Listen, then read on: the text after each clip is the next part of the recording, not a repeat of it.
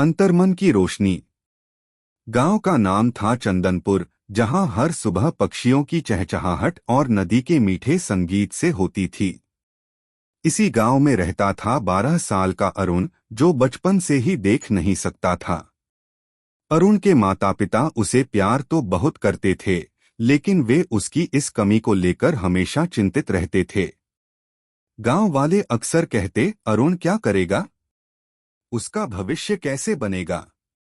अरुण यह बातें सुनकर उदास हो जाता, लेकिन उसकी दादी उसे हमेशा प्रेरित करती। दादी कहती, अरुण, असली रोशनी आंखों में नहीं, दिल में होती है। अगर तुम खुद पर विश्वास करोगे तो हर मुश्किल को पार कर सकते हो। एक दिन गांव में घोषणा हुई कि वहां वार्षिक पतंग महोत्सव आयोजित होगा। गांव के हर बच्चे ने रंग-बिरंगी पतंगें खरीदनी शुरू कर दी। अरुण को भी पतंग उड़ाने का बहुत शौक था, लेकिन वह सोच रहा था कि बिना देखे वह कैसे पतंग उड़ाएगा। दादी ने उसे हिम्मत दी और कहा, तुम्हारे हाथों की स्पर्श और हवा की दिशा ही तुम्हारी आंखें बनेंगी। बस अपनी आत्मा की रोशनी को महसूस करो।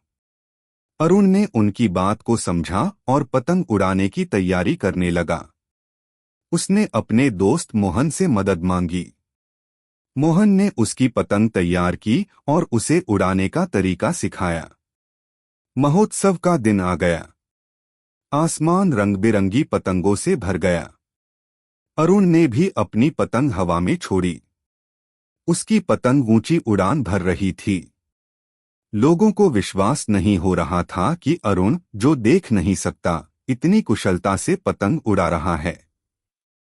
अरुण ने अपने दिल की सुनकर और अपनी दादी की प्रेरणा से सबको गलत साबित कर दिया। उसकी पतंग सबसे ऊंची उड़ रही थी।